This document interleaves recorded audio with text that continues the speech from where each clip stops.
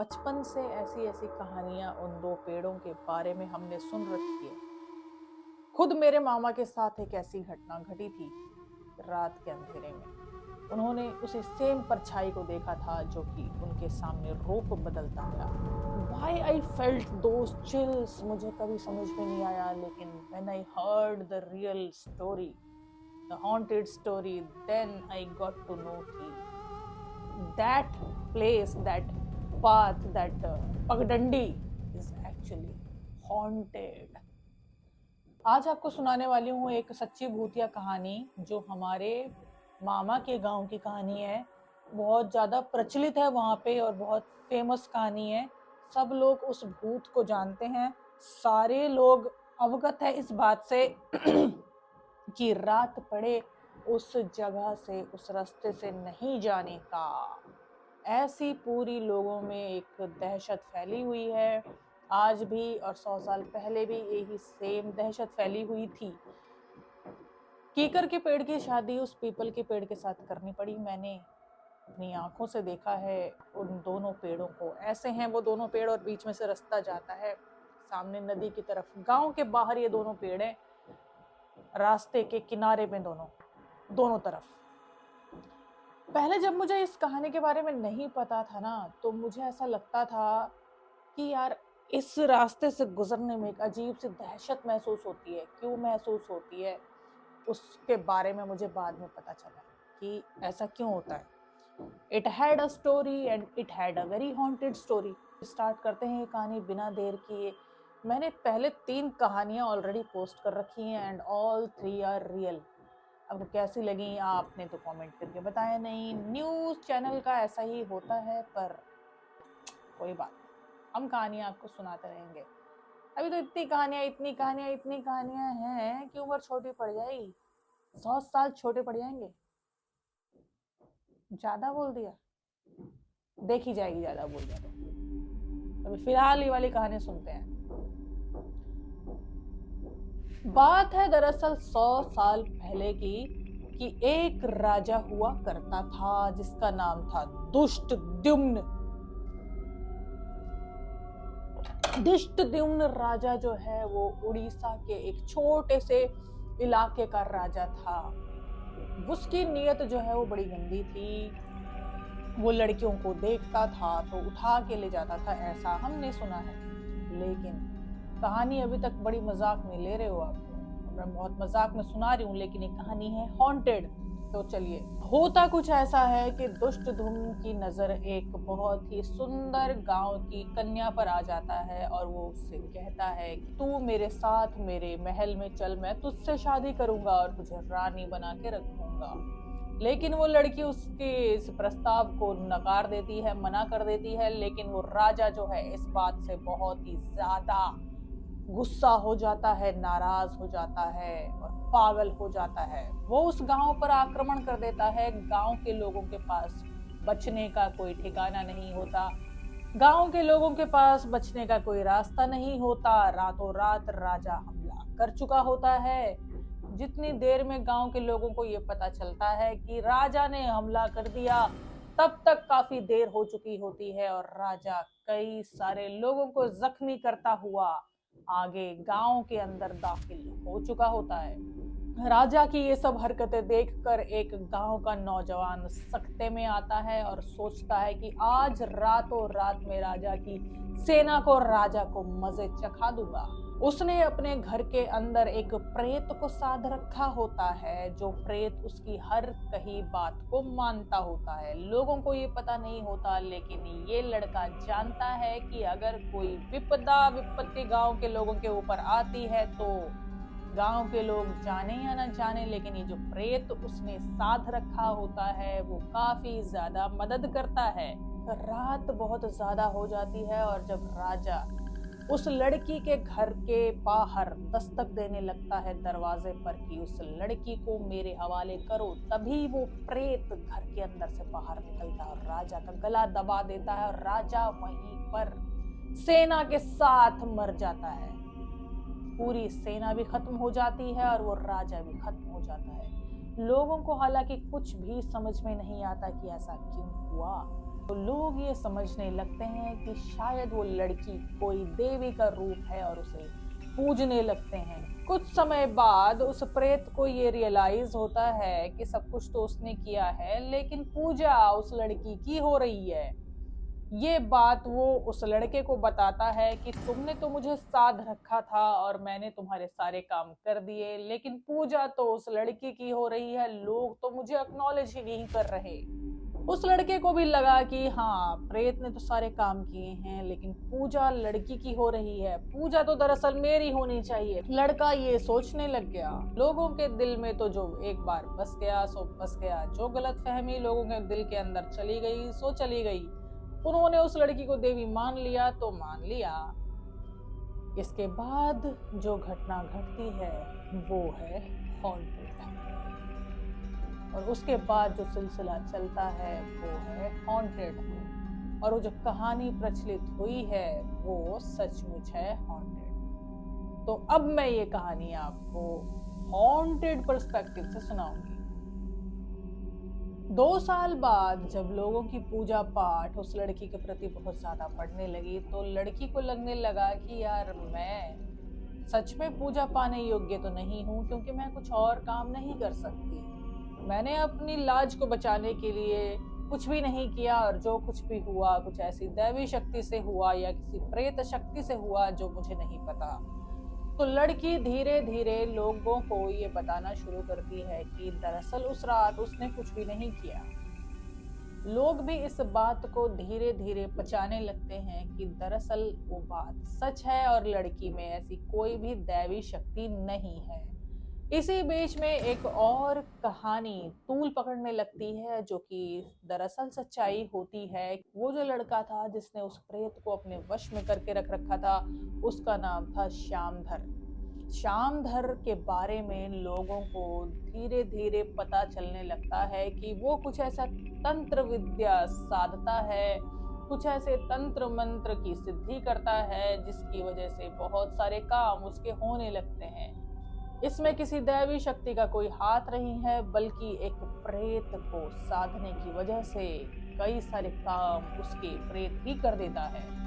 तो इस तरह से लोग धीरे धीरे उस लड़के के पास आने लगते हैं और अपनी समस्याओं के समाधान मांगने लगते हैं और उन्हें मिलने भी लगते हैं। जिन लोगों का समाधान ये लड़का नहीं कर पाता उस प्रेत के माध्यम से, उनको वो मना कर देता है, तो वो लोग नाराज हो जाते हैं। इसी तरह एक आदमी की कोई नाजायज काम ना बनने की वजह से वो शाम की हत्या करवा देता है, और जब शाम मर जाता है तो वो एक प्रेत बन जाता है।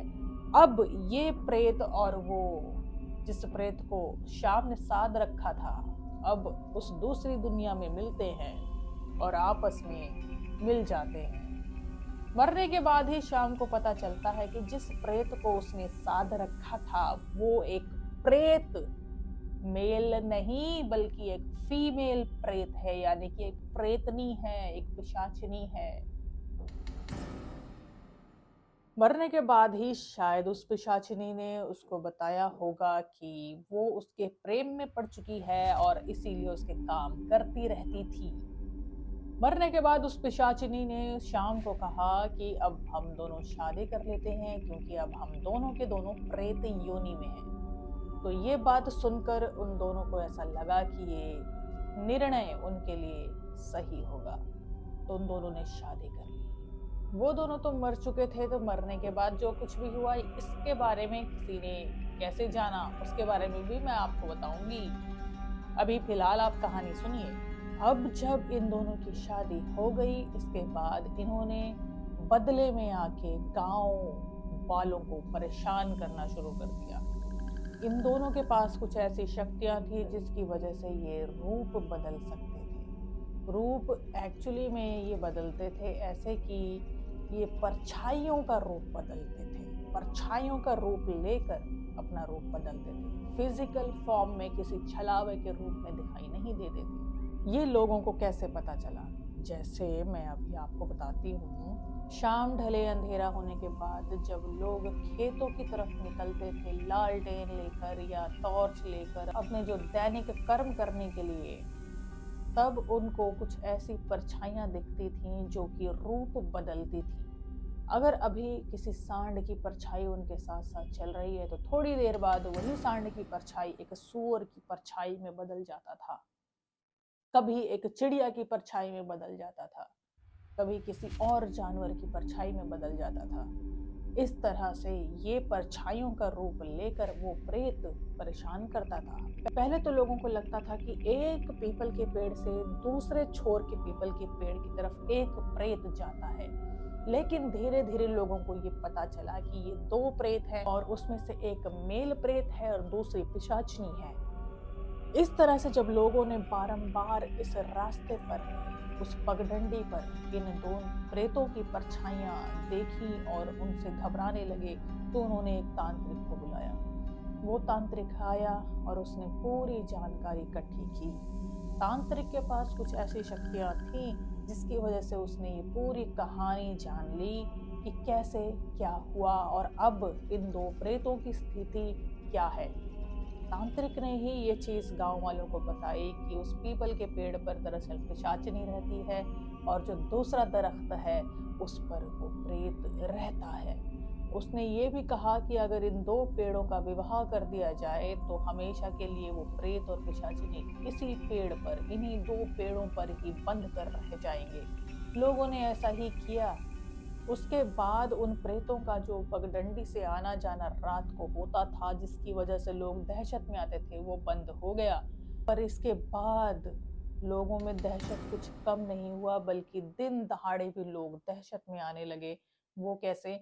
वो ऐसे कि वो दो पेड़ों के बीच में से जब लोग दोपहर के समय भी गुजरते हैं, तब भी उनको ऐसा लगता है कि यहाँ पर बहुत ही ज्यादा नेगेटिव एनर्जी है, क्योंकि हमेशा के लिए वो दो प्रेत और वो पिशाचनी उन्हीं दो पेड़ों पर अपना बसेरा जमाकर हमेशा के लिए रह गए। अब तो लोकल पैरानॉर्मल इन्वेस्टिगेटर्स की बहुत धूम मची है, क्योंकि ये जो इंफ्रारेड वाली मशीन्स होती हैं ये आजकल बहुत आसानी से मिल जाती हैं। एक लड़का जो बाहर कहीं रहता था, बेंगलोर वगैरह में नौकरी करता था, वो एक बार वो मशीन ले आया और कुछ गांव वालों के सामने वहां पर नॉर्मल में क्या रहता है रीडिंग और वहां पर जाकर क्या रहता है रीडिंग, वो बता रहा था। तो उसने बताया कि उस दो पेड़ के नीचे जो जगह है वो सच में कुछ ना कुछ तो वहां पर इलेक्ट्रिक कंडक्टिविटी कुछ ज्यादा है, क्योंकि नॉर्मली जहाँ पर इतने सारे डिवाइसेस रहते हैं या इलेक्ट्रॉनिक्स का सामान रहता है या इलेक्ट्रिक फील्ड ज़्यादा होती है, वहाँ पे रीडिंग नॉर्मल थी, जबकि वहाँ पे कोई भी ऐसे गैजेट्स और इलेक्ट्रॉनिक डिवाइसेस या इलेक्ट्रोमैग्नेटिक रेडिएशन वाली फील्ड वहाँ पर नहीं है। फिर भी वहाँ पर एक बहुत तेज कुछ एनर्जी है जो कि उसके जो उस मशीन में रीडिंग आती है वो बढ़ा देती है। इस पूरी कहानी के पीछे क्या सच्चाई है मुझे तो पर्सनली नहीं पता, लेकिन बचपन से ऐसी ऐसी कहानियां उन दो पेड़ों के बारे में हमने सुन रखी है। खुद मेरे मामा के साथ एक ऐसी घटना घटी थी रात के अंधेरे में। उन्होंने उसी सेम परछाई को देखा था जो कि उनके सामने रूप बदलता गया। दरअसल वो उस पगडंडी से ट्यूशन के बाद घर आ रहे थे, अंधेरा हो चुका था, और उनके राइट साइड में उन्होंने देखा जो खेत हैं, क्योंकि दोनों तरफ खेत होते हैं, लेकिन राइट साइड वाले खेत में उनको ऐसा लगा कि एक कोई जानवर है, सियार या कोई जा रहा है, उनके साथ साथ चल रहा है, खेत की तरफ नहीं भाग रहा, उनके साथ साथ चल रहा है। थोड़ी देर बाद वो जानवर अपना रूप बदल लेता है और एक सांड बन जाता है अचानक से। फिर वो सांड अपना फिर से रूप बदल लेता है, एक सुअर बन जाता है। एक्चुअली ये किसी फिजिकल बॉडी में नहीं होता, ये एक परछाई या एक इल्यूजन में होता है। ऐसा उनको महसूस हुआ, ऐसा उन्होंने देखा, और ये कहानी हम बचपन से सुनते आ रहे हैं, कईयों के मुंह से हमने उस गांव में सुनी है।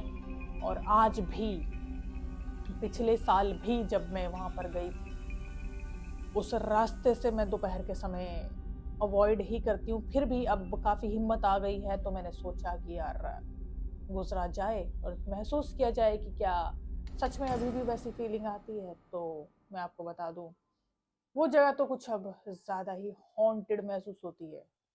पहले जितनी महसूस होती थी उससे कई गुना ज्यादा अब महसूस होती है, क्योंकि आसपास वहां पे कोरोना के समय में, आप समझ जाइए, इस वजह से भी वहां पर हाईली कॉन्सेंट्रेटेड हॉन्टेड फील्ड हो चुका है। अब मैं कभी जाऊंगी तो मैं वो फोटो जरूर खींच के रखूंगी, उस जगह की वीडियो बना के रखूंगी और आप लोगों को शेयर करूंगी। अच्छी घटना थी। अगर आपने चैनल अभी तक सब्सक्राइब नहीं किया and for the real haunted ghost stories can subscribe. धुआं निकला यार मुंह से। मिलते हैं एक और हॉन्टेड स्टोरी में, तब तक do whatever you want to do man.